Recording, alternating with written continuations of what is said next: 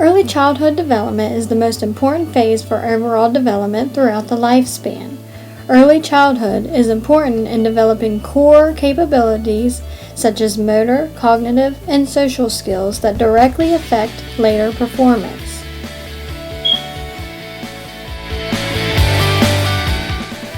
After birth, the human brain grows rapidly, more than doubling to reach 60% of its adult size by the time the child turns 1. By kindergarten, the brain has reached its full size but will continue developing until his or her mid-20s.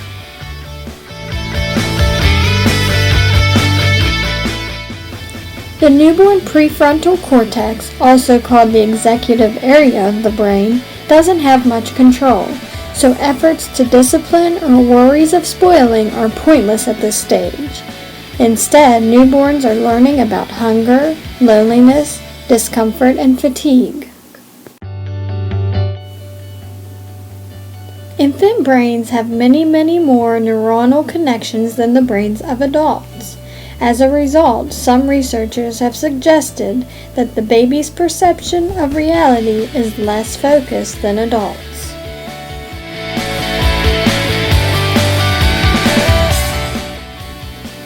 This chart explains the stages of brain development in an infant.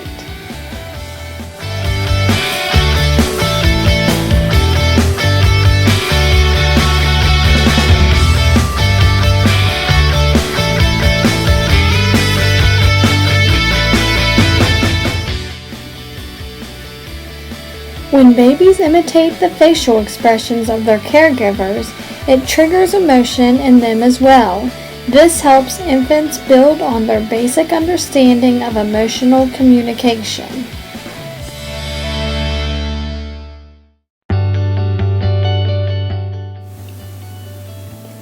Infants and toddlers are constantly receiving and responding to stimuli in their environment. The 5 senses are a key factor in their learning and development.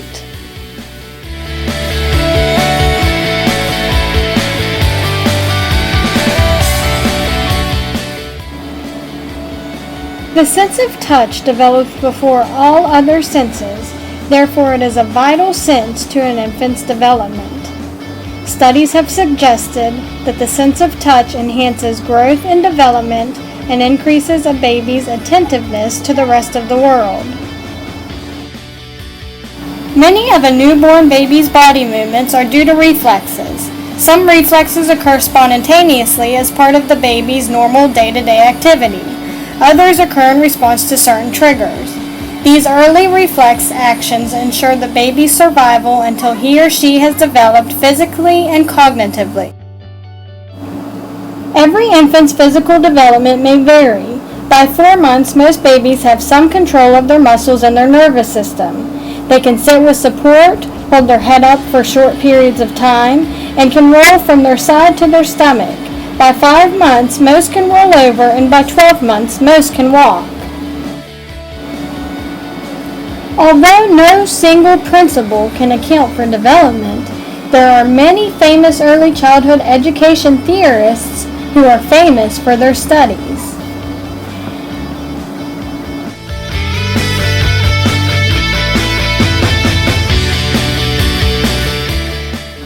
Jean Piaget is most famous for his 4 stages of cognitive development: the sensory motor stage, which is from birth to 2, the pre-operational stage from ages 2 to 7, concrete operational from ages 7 to 11, and the formal operational from ages 11 to adulthood. Lev Vygotsky is well known as developing the social development theory. He believes strongly that community and culture affect and shape cognitive development. He has become most famous for his concept of the zone of proximal development. This is the area of a child's development where the most sensitive instruction or guidance must be given. Maria Montessori is perhaps one of the most famous of these theorists. There are thousands of Montessori schools worldwide. These schools stress the importance of a child's independence and freedom within their limits. Secure attachment results when parents respond sensitively to their children's cues and responses. Research has indicated that school-aged children who are securely attached are more cooperative with their parents, more inclined to competently explore their environment, and more likely to get along with peers. As you can tell, there are many important factors in the development of young children. Most of you are probably wondering how to enforce the development of these stages in your own classroom.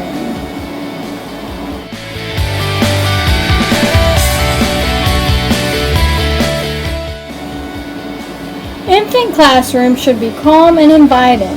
There should be lots of soft surfaces and interactive toys. Different textiles should be provided throughout the classroom for the babies to interact with.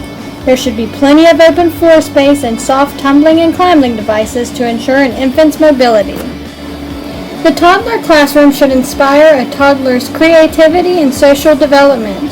Consistent routine should take place in a safe environment which encourages active exploration and play.